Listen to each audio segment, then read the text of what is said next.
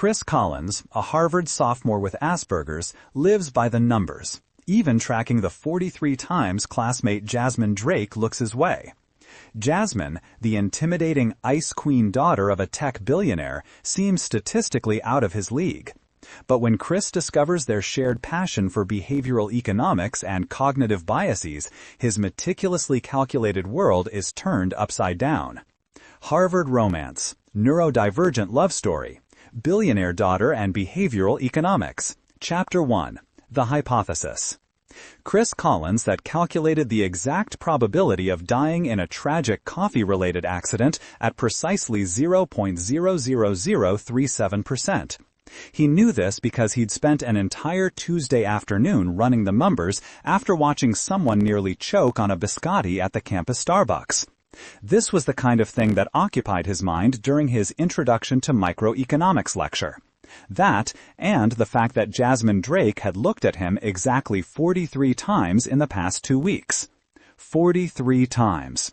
He knew because he'd been counting. Not in a creepy way, obviously, in a data collection way. There was a difference, though he suspected most people wouldn't appreciate the nuance.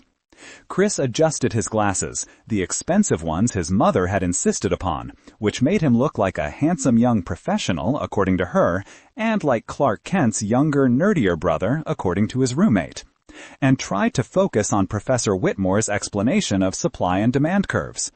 But the number 43 kept blinking in his mind like a neon sign in Vegas.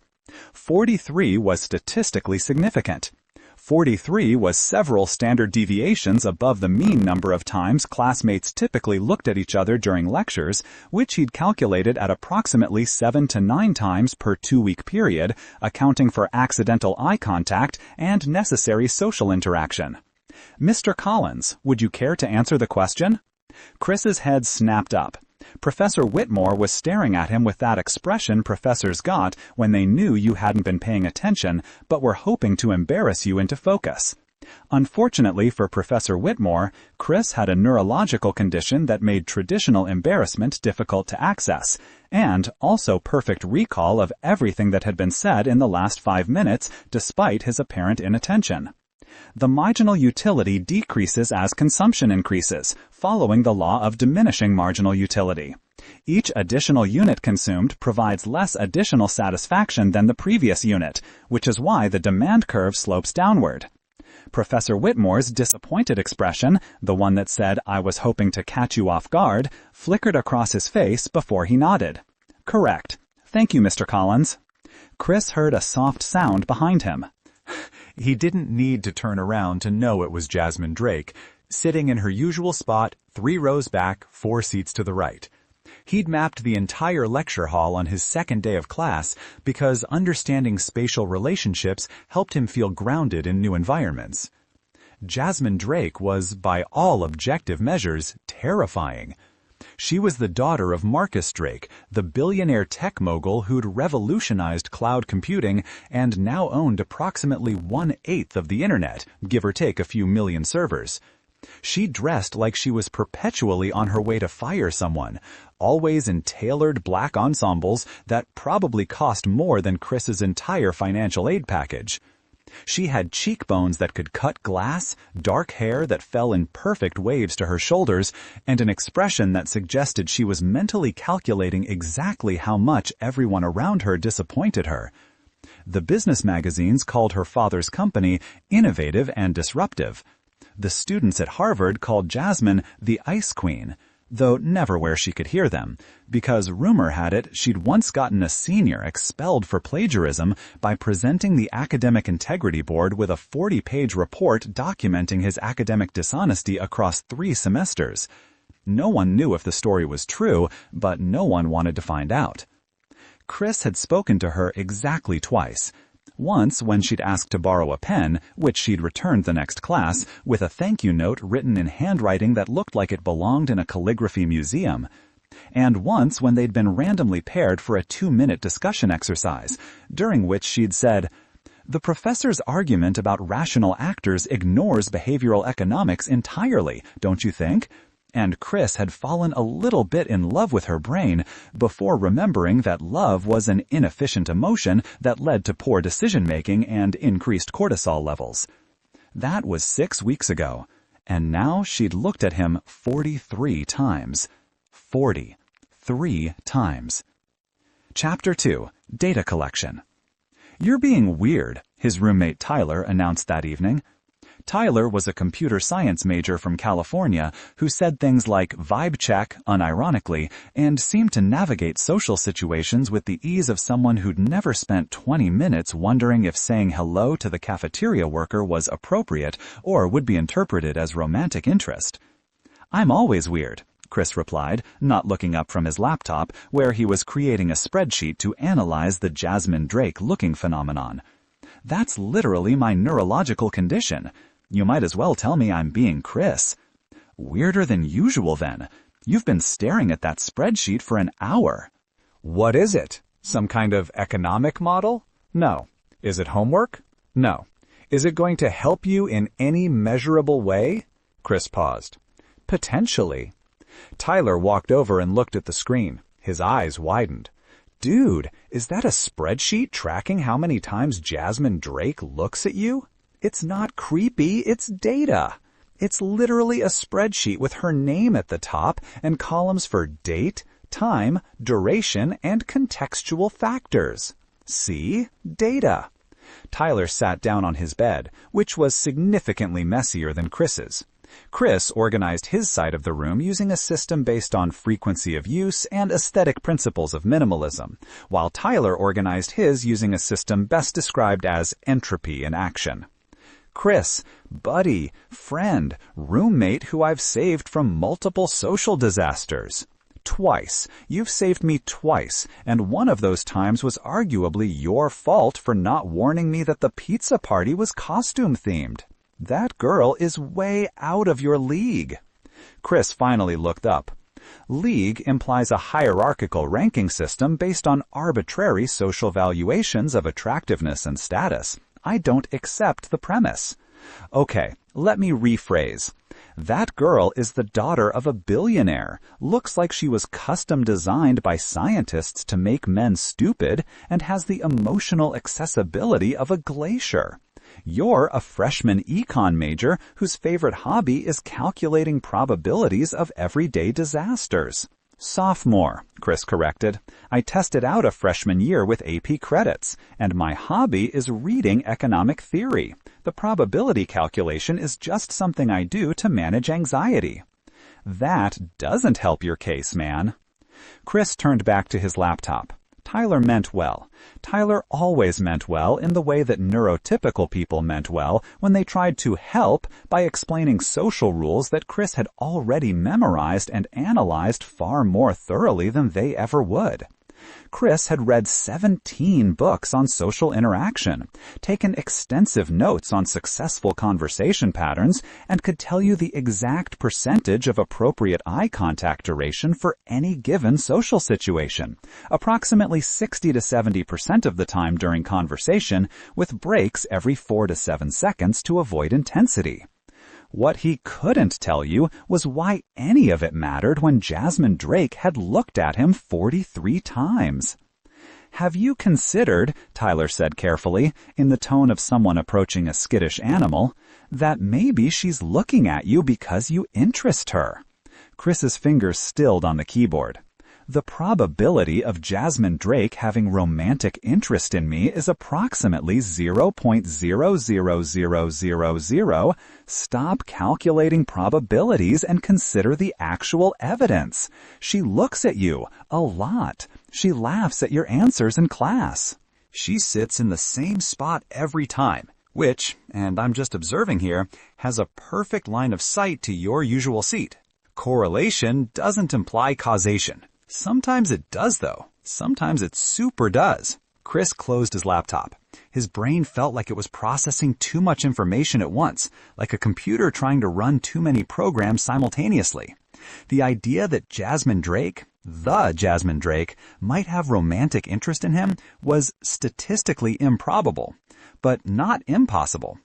Tyler was right about the evidence, even if his analysis lacked rigor. "What would I even do with that information?" Chris asked. "Talk to her, you absolute walnut. Ask her to study together. Ask her to coffee. Ask her literally anything that isn't, 'Can I borrow your pen?' or related to course material." That seems high risk with unclear benefits. The benefit is potentially dating a brilliant, gorgeous woman. The risk is social humiliation and making the rest of the semester awkward. Tyler threw a pillow at him. "You're impossible. You know that, right? Impossible and brilliant and completely ridiculous." Chris caught the pillow with one hand. "I'll add it to my list of defining characteristics." But that night, lying in bed while Tyler snored across the room, Chris pulled out his phone and did something he'd never done before. He looked up Jasmine Drake's social media. She had Instagram, though she rarely posted. The photos that were there showed a carefully curated life, attending tech conferences with her father, standing in front of modern art at prestigious museums, a single photo from what looked like a family yacht with the caption, "Strategy Meeting, Ocean Optional."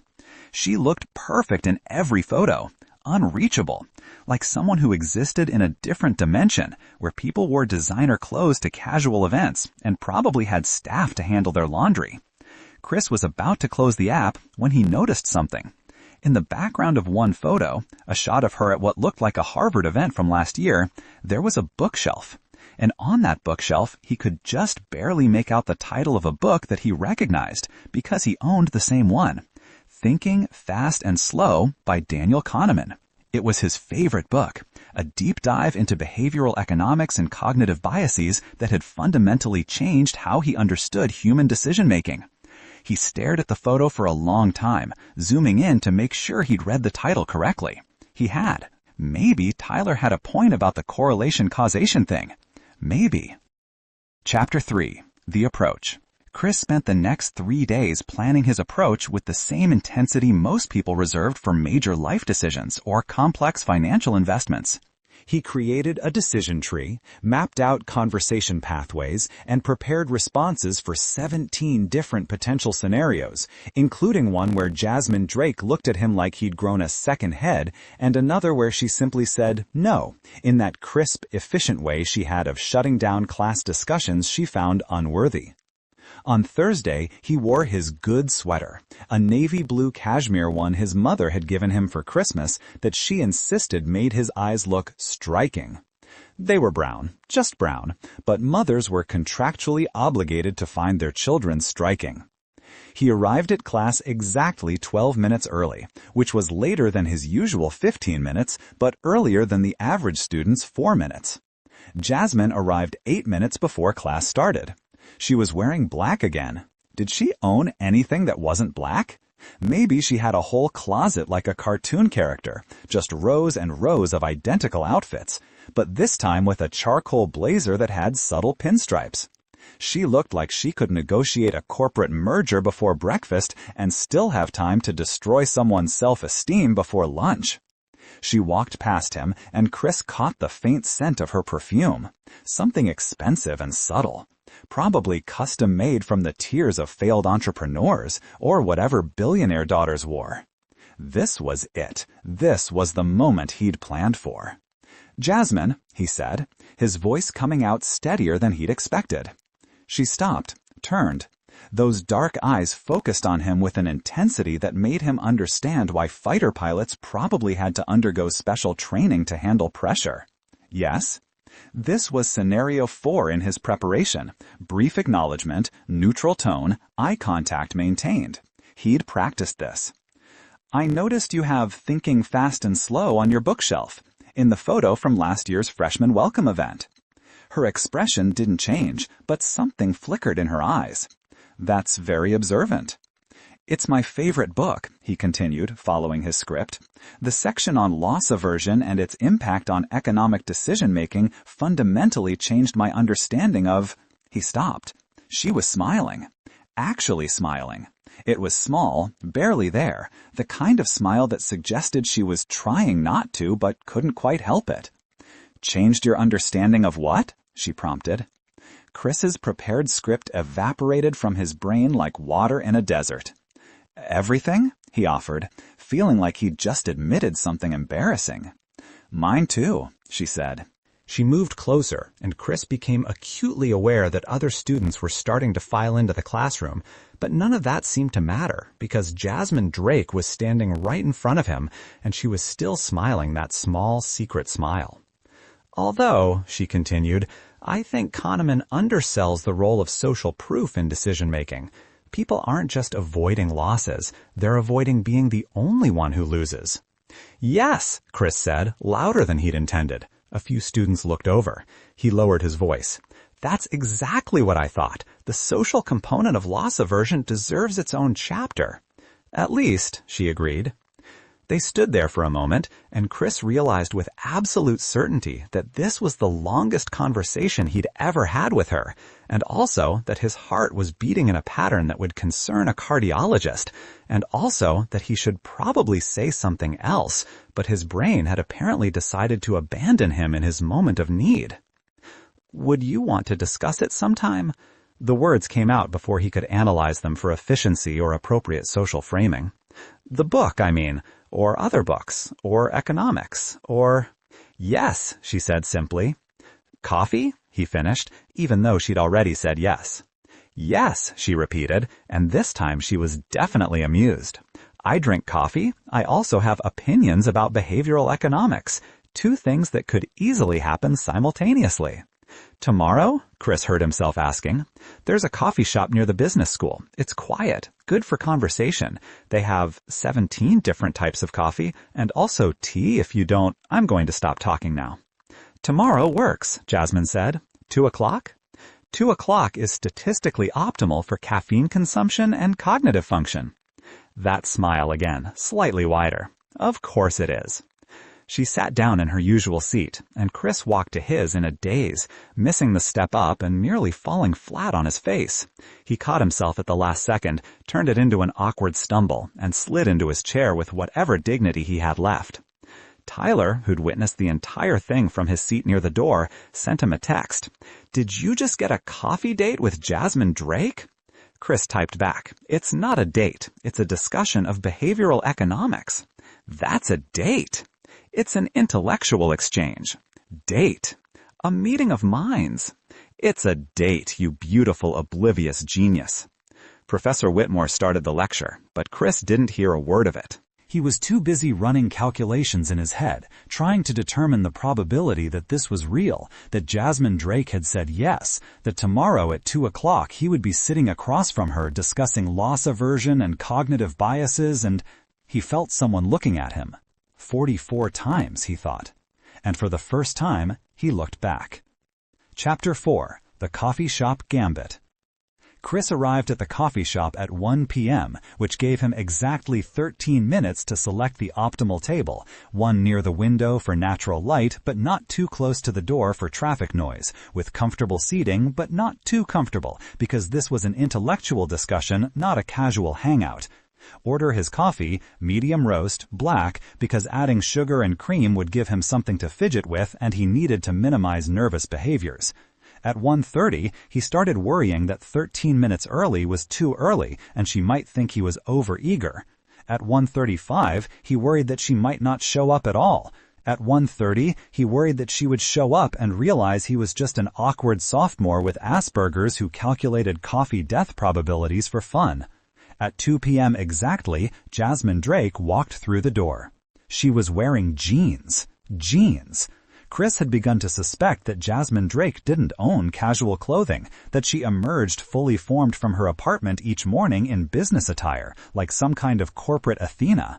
But here she was in dark jeans and a soft gray sweater that made her look less like a future CEO and more like an actual college student. She spotted him immediately and waved. An actual wave, like a normal person. Chris's entire understanding of Jasmine Drake was being reconstructed in real time. You're exactly on time, she said, approaching the table. I appreciate that. Punctuality is efficient, Chris replied, then worried that sounded too robotic. Also, my mother drilled it into me from childhood, so now I get anxious if I'm more than 3 minutes off schedule. She laughed, actually laughed, not the suppressed classroom chuckle. My father's the same way. He once delayed a board meeting by 15 minutes because the original start time would have made the meeting end at an aesthetically displeasing time. What time? 4 p.m. That is aesthetically displeasing. It's so close to a round number, but not close enough. It would bother me all day. Right? She set down her bag and nodded toward the counter. I'm going to get coffee. Do you want anything? I'm good, but thank you. I got here early and already finished the first cup and ordered a second one, which should be out in... The barista called his name. Now. He retrieved his coffee and returned to find Jasmine pulling out a battered paperback copy of Thinking Fast and Slow. The book was filled with colored tabs and marginalia, which Chris could see even from a distance. You annotate, he said, sitting down. Extensively. I have a color coding system.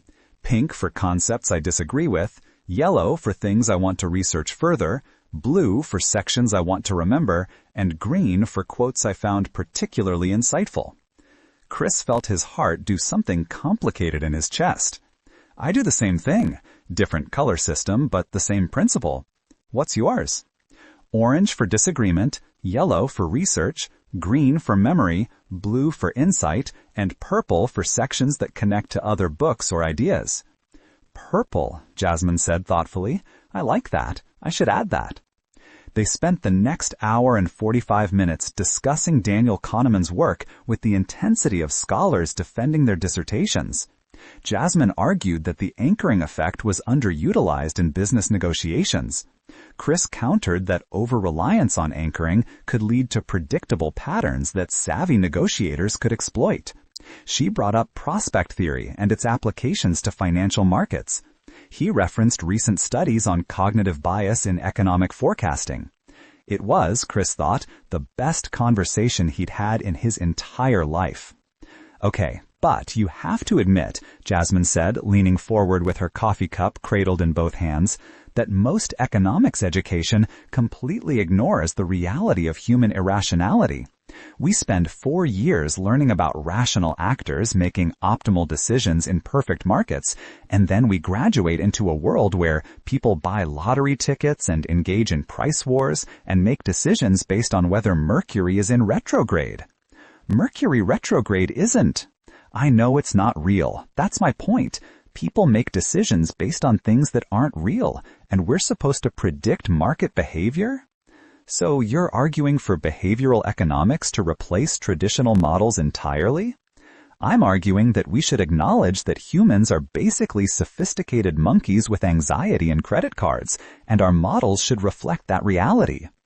Chris laughed so hard he snorted, which would have mortified him with anyone else, but Jasmine just grinned like she'd won a prize.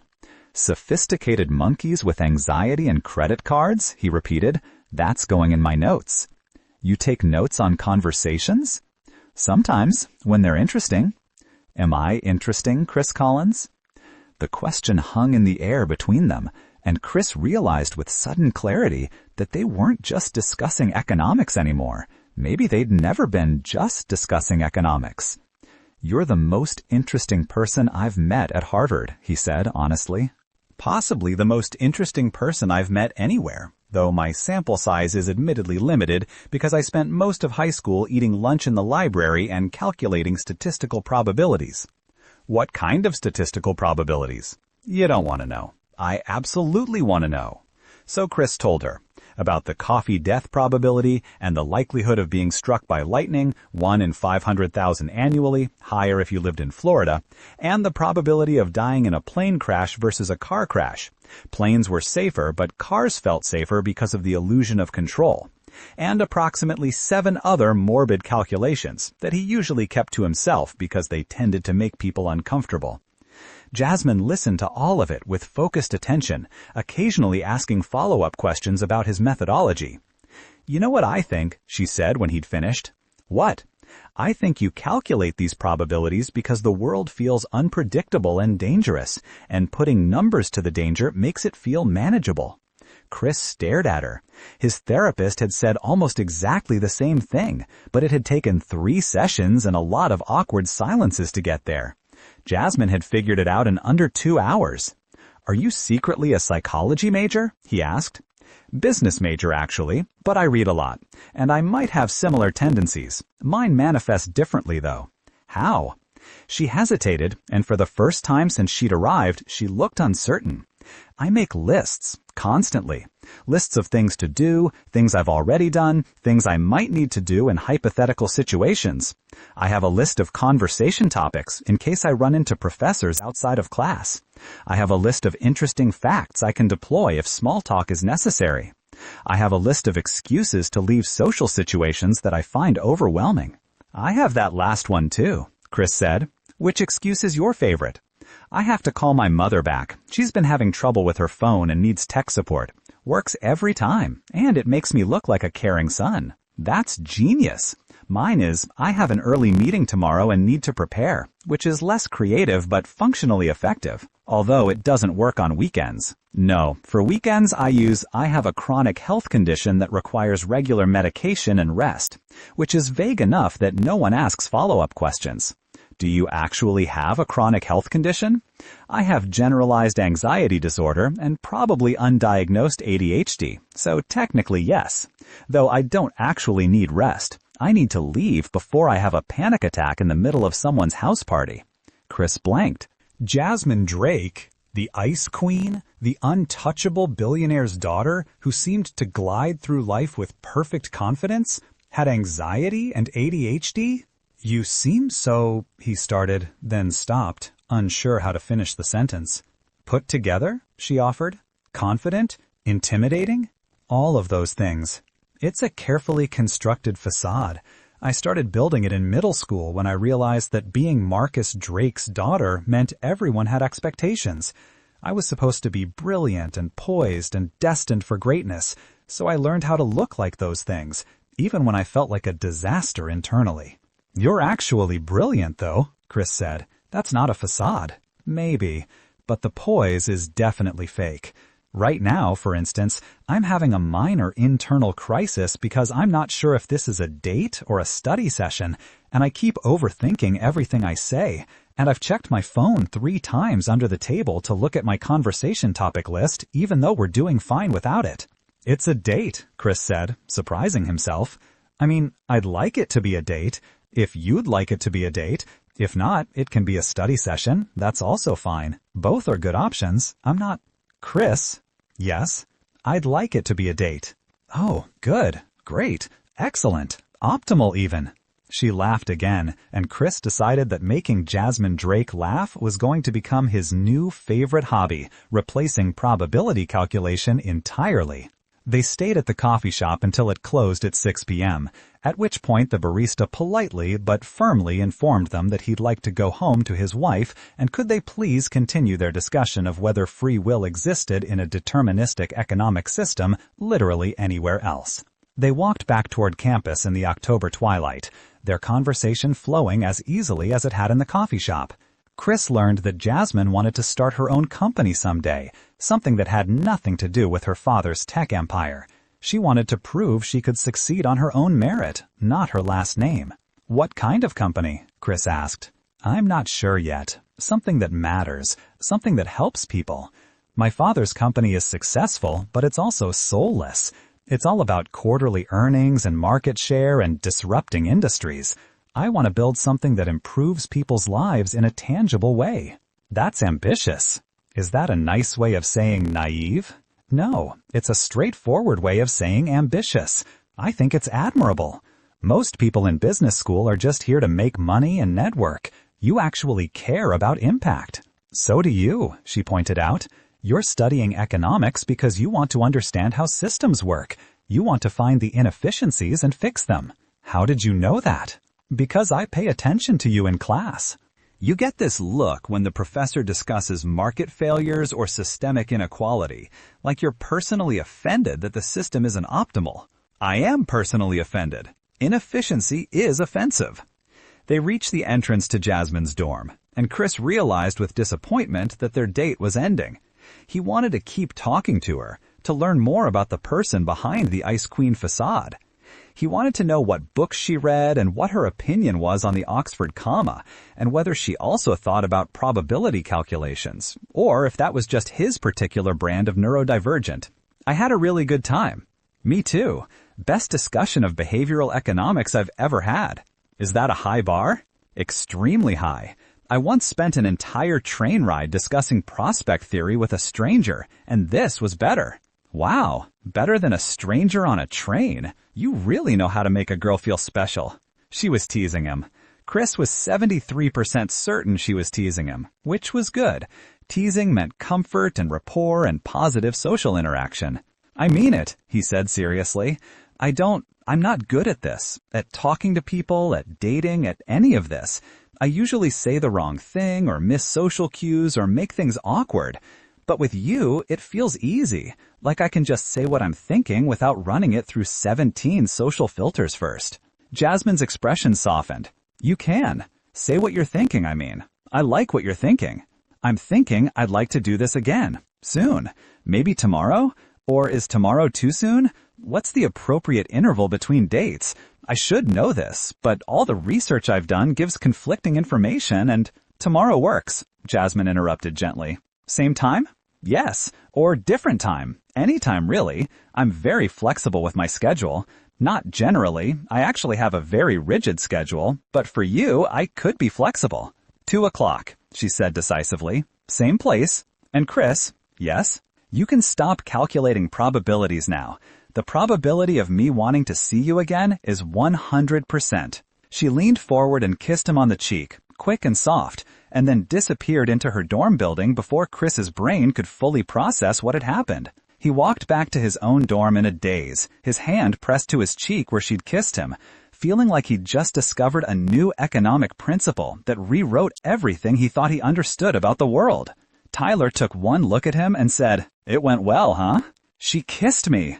Dude, on the cheek, just on the cheek, but still, physical affection, consensual, physical affection. With me, she initiated it.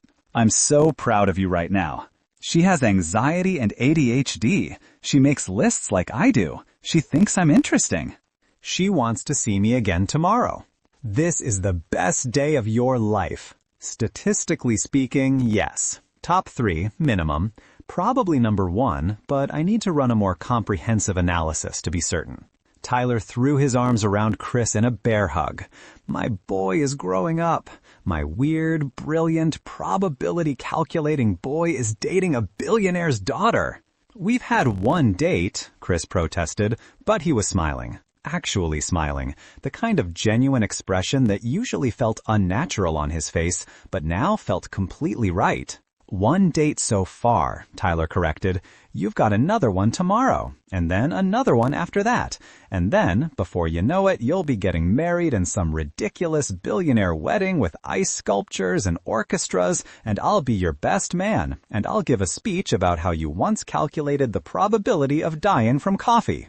That's statistically unlikely, but not impossible. Chris thought about Jasmine's smile, the way she listened to his probability calculations without judgment, the intelligence in her eyes when she discussed behavioral economics. Not impossible, he admitted.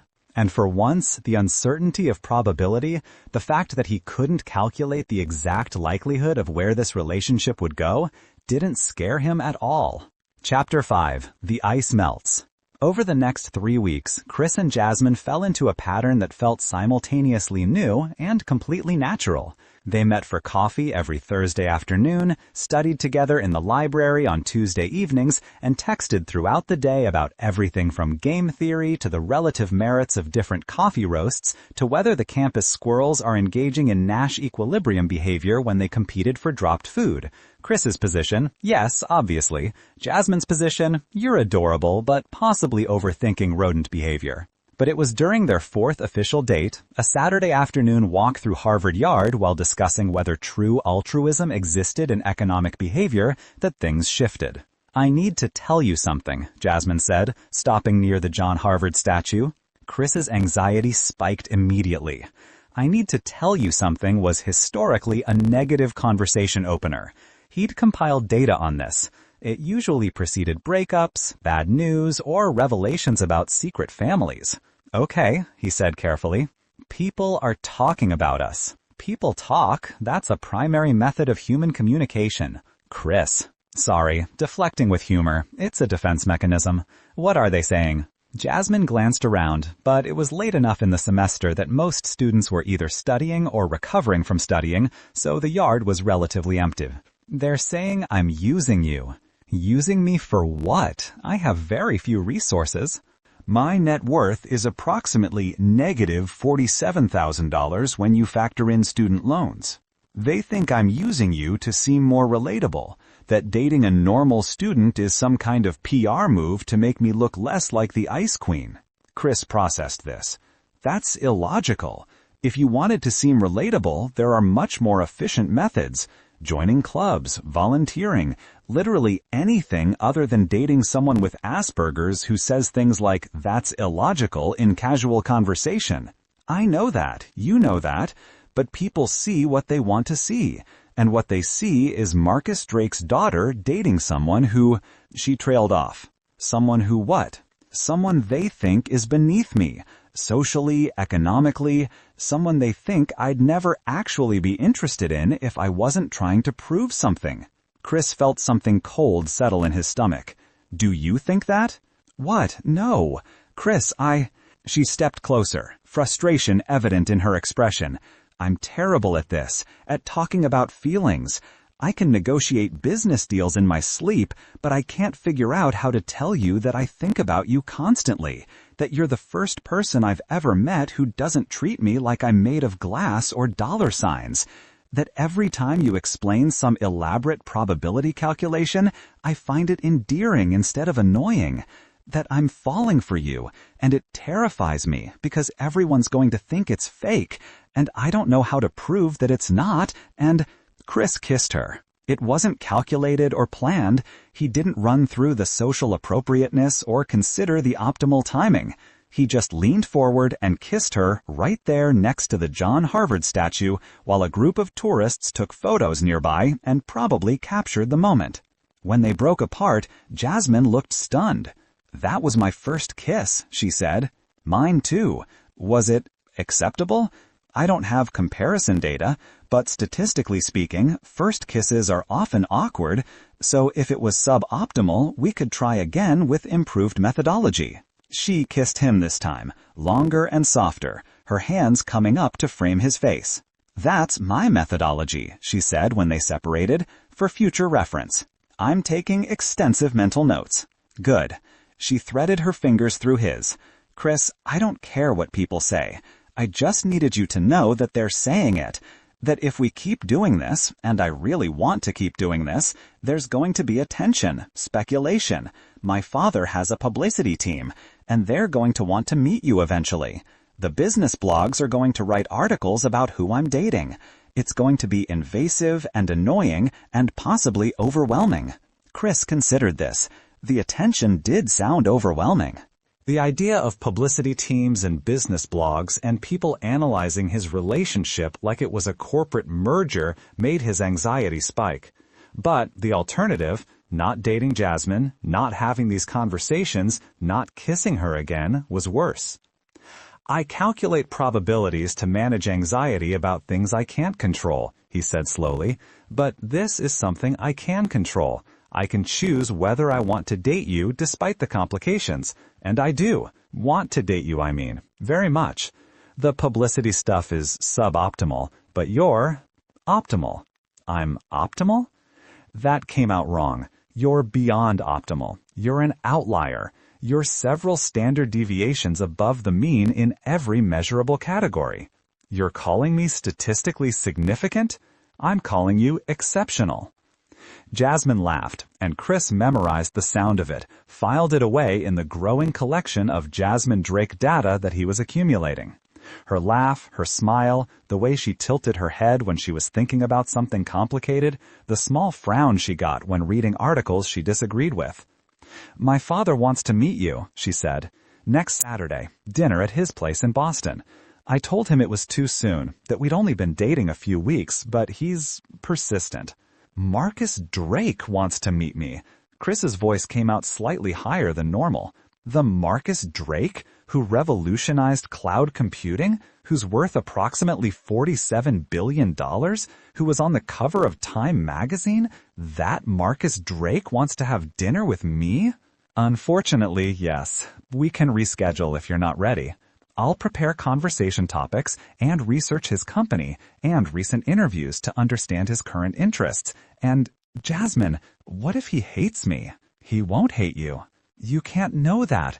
The probability of parental approval in cross-socioeconomic relationships is... Chris, she squeezed his hand. My father is also on the autism spectrum. He's never been officially diagnosed because he's from a generation that didn't diagnose these things, but I'm about 90% certain. He's going to like you because you're genuine and brilliant and you don't pretend to be something you're not. Trust me. 90% certain? Okay, 95%. That's statistically significant. I know. They kissed again, and Chris decided that kissing Jasmine Drake was going to be his new favorite activity, surpassing even reading economic theory and calculating probabilities combined. Chapter 6. Meeting Marcus Drake. The following Saturday, Chris stood outside Marcus Drake's Boston townhouse trying not to have a panic attack. The building was in Beacon Hill, one of those historic brownstones that probably cost more than a small country's GDP. There were actual gas lamps on the street. Gas lamps? Like they'd time-traveled back to the 19th century, except with really expensive cars parked everywhere. You're vibrating, Tyler said. He'd insisted on coming along for moral support, though he was waiting in a nearby coffee shop rather than actually attending the dinner. Stop vibrating. I'm not vibrating. I'm experiencing a physiological stress response that manifests as subtle tremors. That's vibrating. It's anxiety. Same thing. Tyler grabbed Chris's shoulders and looked him in the eye. Listen to me. You're brilliant. You're dating his daughter. He wants to like you because his daughter likes you. Parents are biologically programmed to want their children to be happy. You're making his daughter happy. This is simple math. Nothing about this is simple math. This is complex, multivariable analysis with too many unknown factors. You've got this. And if you don't, text me and I'll create a distraction. I haven't decided what kind of distraction yet, but it'll be memorable. Please don't get arrested trying to help me. No promises. Chris climbed the steps to the townhouse and rang the doorbell. It didn't make a normal doorbell sound. Instead, it played what sounded like a pleasant musical chime that probably cost more than his entire wardrobe. Jasmine opened the door, and Chris immediately felt some of his anxiety dissipate. She was wearing a dark green dress that made her look simultaneously elegant and approachable, and her smile was genuine. You came, she said. Of course I came. I said I would. I know, but I thought you might calculate the probability of disaster and decide to flee the state. I did calculate the probability of disaster. It's approximately 63%. I came anyway. She kissed him quickly. That's the bravest thing anyone's ever done for me. That's a low bar for bravery. For me, it's not. She let him inside, and Chris tried not to gape at the interior of the townhouse.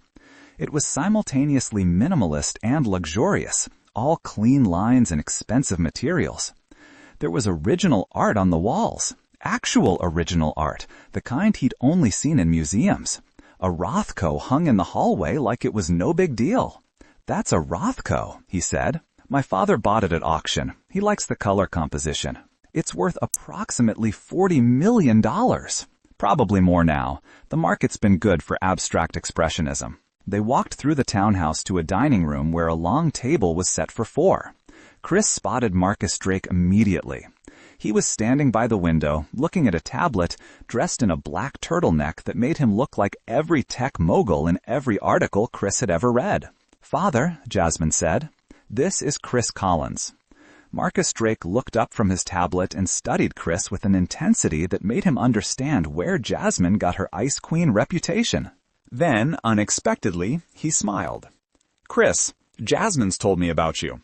You're the one who's been teaching her about optimal coffee drinking times. Yes, sir. 2 o'clock is when caffeine provides maximum cognitive benefit without disrupting sleep patterns, assuming a standard sleep schedule of 11 p.m. to 7 a.m. Yes, I've read the research. Marcus set down his tablet and crossed the room to shake Chris's hand. His grip was firm but not aggressive. I agree with your analysis. Most people drink coffee at suboptimal times. It's inefficient. That's what I said, Chris said, then worried that he'd been too enthusiastic. But Marcus just nodded approvingly. Jasmine also mentioned you have Asperger's. Chris froze. Jasmine had told her father? Was that good or bad? Was this where Marcus Drake politely but firmly explained that his daughter was meant for someone more neurotypical, someone who didn't need 17 books to understand basic social interaction? I do, Chris said carefully. I was diagnosed at 8. It affects my social processing and sensory integration, but not my cognitive abilities. If anything, it enhances certain types of analytical thinking, though that's been debated in the literature, and I have it too, Marcus said simply. Undiagnosed, but obvious in retrospect. The hyperfocus, the difficulty with social nuance, the preference for systematic thinking. I built my entire company around those traits. Chris blinked. Jasmine had been right. Marcus Drake was on the spectrum. How did you manage the social aspects of running a business? Chris asked, genuinely curious. That seems like it would require extensive social interaction and political maneuvering. I hired people to handle that. My COO is excellent at reading rooms and managing personalities. I focus on strategy and innovation. You play to your strengths. That's actually brilliant. It's efficient.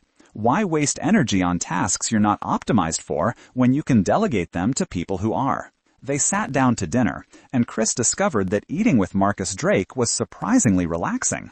There was no small talk, no forced conversation about weather or sports. They discussed economic policy, the latest developments in cloud computing, the potential applications of game theory to business strategy. Marcus asked detailed questions about Chris's academic work and actually listened to the answers. The fourth seat at the table remained empty until halfway through the meal, when a woman in an elegant pantsuit rushed in, apologizing profusely. Traffic was impossible. There was an accident on the bridge, and, Marcus, you could have started without me. We did, Alan, Marcus said mildly. You're just catching up now. Ellen Drake, Jasmine's mother, had the kind of polished appearance that suggested she'd never had an awkward moment in her life. She was a venture capitalist, Chris remembered from his pre-dinner research, with her own successful portfolio of investments. She kissed Jasmine's cheek, nodded at Marcus, and then turned her attention to Chris. So you're the boy my daughter can't stop talking about. Mother, Jasmine said, in a tone that suggested this was mortifying. I'm Chris, Chris said, offering his hand, and I hope she's been saying positive things because the alternative would significantly decrease my chances of a successful second dinner. Ellen laughed and shook his hand. I like him already. He's direct. I appreciate directness. Marcus, why didn't you marry someone direct like this boy? I married you, Marcus pointed out. I'm tactically direct. It's different. This is honest direct. She sat down and immediately dove into her food. So, Chris, what are your intentions regarding my daughter? Mother, Jasmine said again, more forcefully. What? It's a reasonable question. You're dating. I want to know if he's serious or if this is a casual college thing. Chris looked at Jasmine, who looked like she wanted to sink through the floor. He could give a diplomatic answer, something vague and non-committal that wouldn't put pressure on their still new relationship. That would be the socially appropriate response. But Chris had never been good at socially appropriate responses. I'm serious, he said. I've calculated the probability of us being compatible long-term, and it's significantly higher than average. We have aligned values, compatible communication styles, and complementary cognitive approaches. Also, she makes me laugh, which is rarer than you'd think. Most people don't make me laugh. So yes, I'm serious, assuming Jasmine wants me to be serious. If she prefers casual, I can do casual, though I'd prefer serious, but her preferences take priority in this analysis. I prefer serious, Jasmine interrupted, her cheeks pink. For the record. Oh, he's definitely a keeper, Ellen said to Marcus. Anyone who can make our daughter blush is magic. The rest of the dinner passed in a blur of conversation and food that was probably expensive, but Chris barely tasted because he was too focused on not saying anything catastrophically awkward. By the time dessert arrived, some kind of chocolate thing that Marcus explained was from a molecular gastronomy chef in New York, Chris was starting to think he might survive the evening. After dinner, Marcus pulled him aside while Jasmine and Ellen discussed something in the other room. "I'm going to be direct with you, Chris, because I think you appreciate directness." "I do. My daughter has never brought anyone home before. Never. She's dated casually, but she's never introduced us to anyone.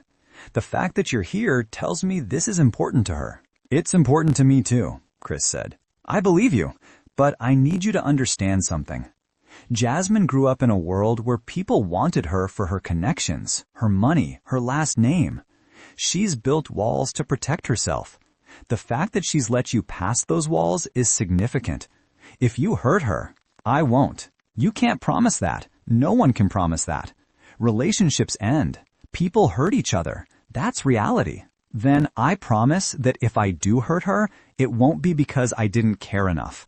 It won't be because I took her for granted, or used her, or saw her as anything other than the exceptional person she is." Marcus studied him for a long moment. Then he nodded.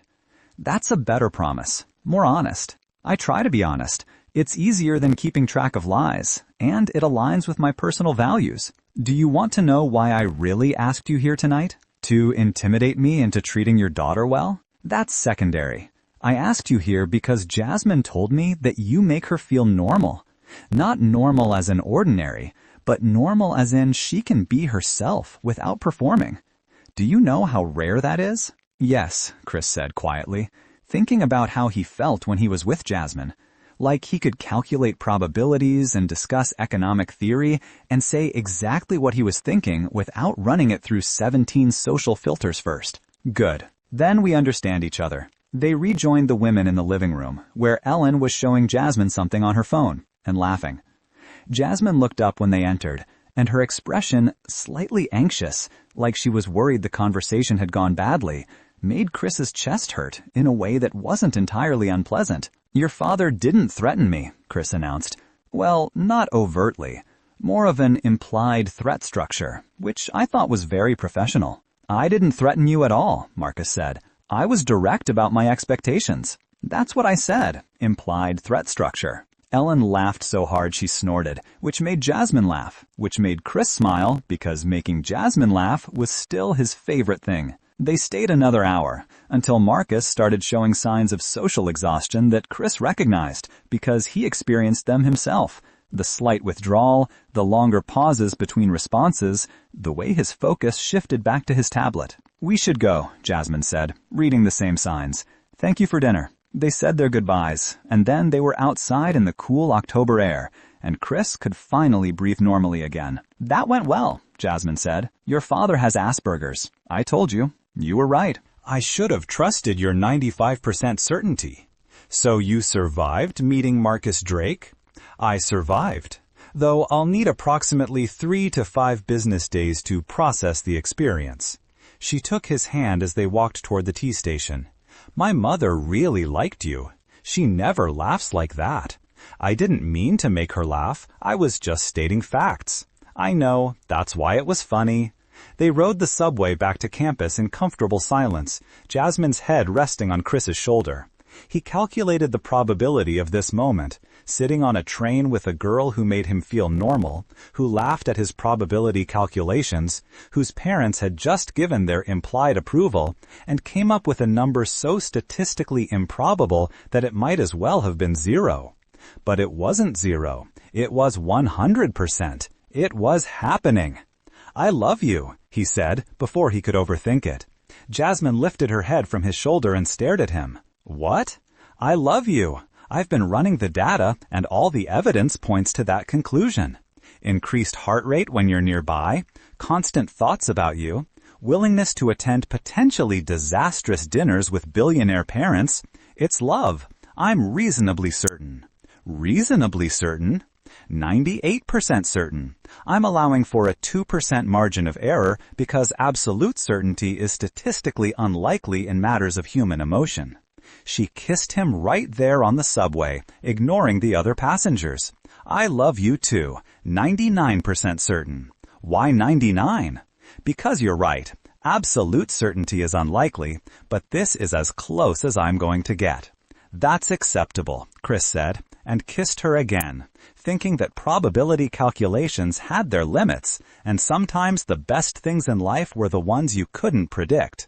And he was definitely, absolutely, statistically significantly in love with Jasmine Drake. Epilogue: The Market Correction. 6 months later, Chris was studying in the library when his phone buzzed with a text from Tyler. "Dude, turn on your phone. Check tech news." Chris frowned and opened his browser, immediately finding the article that Tyler meant. Marcus Drake's daughter dating Harvard sophomore, a love story that defies probability. The article had photos of him and Jasmine leaving a coffee shop, holding hands on campus, kissing outside her dorm. There were quotes from unnamed classmates calling their relationship surprisingly genuine and actually kind of adorable. There was even a paragraph about Chris's academic achievements and his Asperger's diagnosis, framed as a heartwarming tale of neurodivergent love in the Ivy League. Chris read the entire article with growing horror, then texted Jasmine, "Have you seen this?" "Unfortunately, yes. Father's PR team is handling it." "I'm so sorry. It's fine." "It's not fine. They invaded our privacy and turned our relationship into a human interest story." "Jasmine, it's actually fine." His phone rang immediately. "How is it fine?" Jasmine demanded. "They published photos without our permission. They quoted people we know. They turned you into some kind of inspirational figure." "The article is mostly accurate," Chris said, "and it calls our relationship defying probability, which is technically true. I calculated the odds of us getting together at approximately 0.0000. Chris. Right, sorry.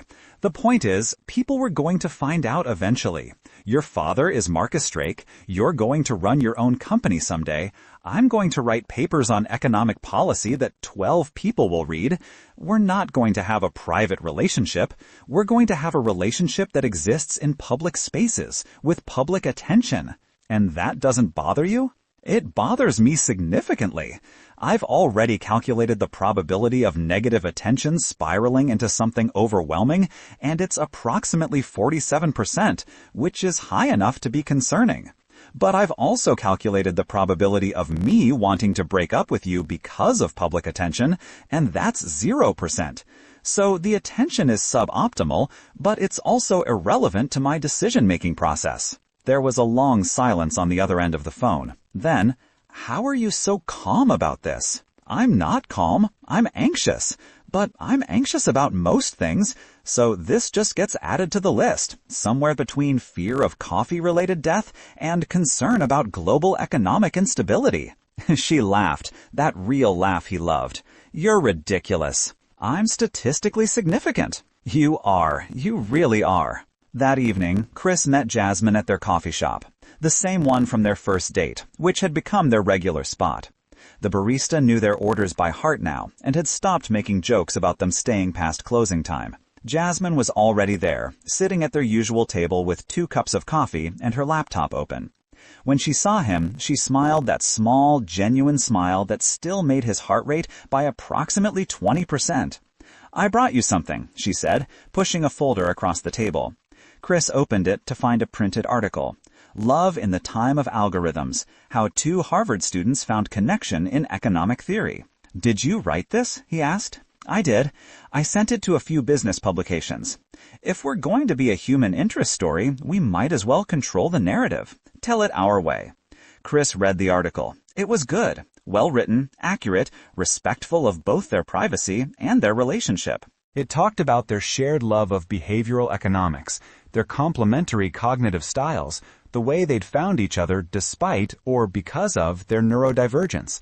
It didn't make them sound like a fairy tale. It made them sound like what they were, 2 people who'd calculated the odds and decided to be together anyway. "This is perfect," he said.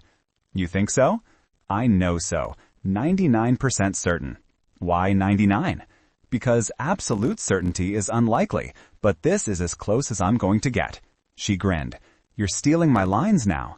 "Consider it collaborative writing. We're co-authoring our narrative." "Very romantic." "I thought so." They sat there in the coffee shop, drinking their optimally timed coffee, discussing economic theory and probability calculations, and their plans for the future. Chris had already calculated the odds of them staying together through graduation, 78%, accounting for the statistical challenges of college relationships, getting married someday, 62%, though that number was increasing monthly, and building a life together that defied every probability calculation he'd ever run. Impossible to calculate, but he was going to try anyway. "Hey, Chris," Jasmine said, looking up from her laptop. "Yes? What's the probability of me loving you forever?" "That's not a probability I can calculate. Too many variables, too many unknowns, too much complexity in the system. Take a guess." Chris looked at her. Brilliant, complicated, perfect Jasmine Drake, who made lists to manage her anxiety and understood his probability calculations and had chosen him despite every logical reason not to, and smiled. 100%, he said, give or take a margin of error. "That's not how probability works." "I know, but sometimes you have to ignore the data and trust the hypothesis." "That's very unscientific of you." "I know, you're a terrible influence." "The worst," she agreed, and kissed him across the table, right there in the coffee shop, where they'd had their first date, where the probability of finding love had been infinitesimally small, but somehow, impossibly, had resolved to absolute certainty. Because that was the thing about probability, Chris thought. Sometimes the most unlikely outcomes were the ones that mattered most. And sometimes, if you were very lucky, the statistical anomaly turned out to be the best thing that ever happened to you. The end. I love making these videos for you. If you liked this story, then please like, subscribe to my channel, and switch on the notifications for more entertaining stories. Please also leave a comment for any story suggestions.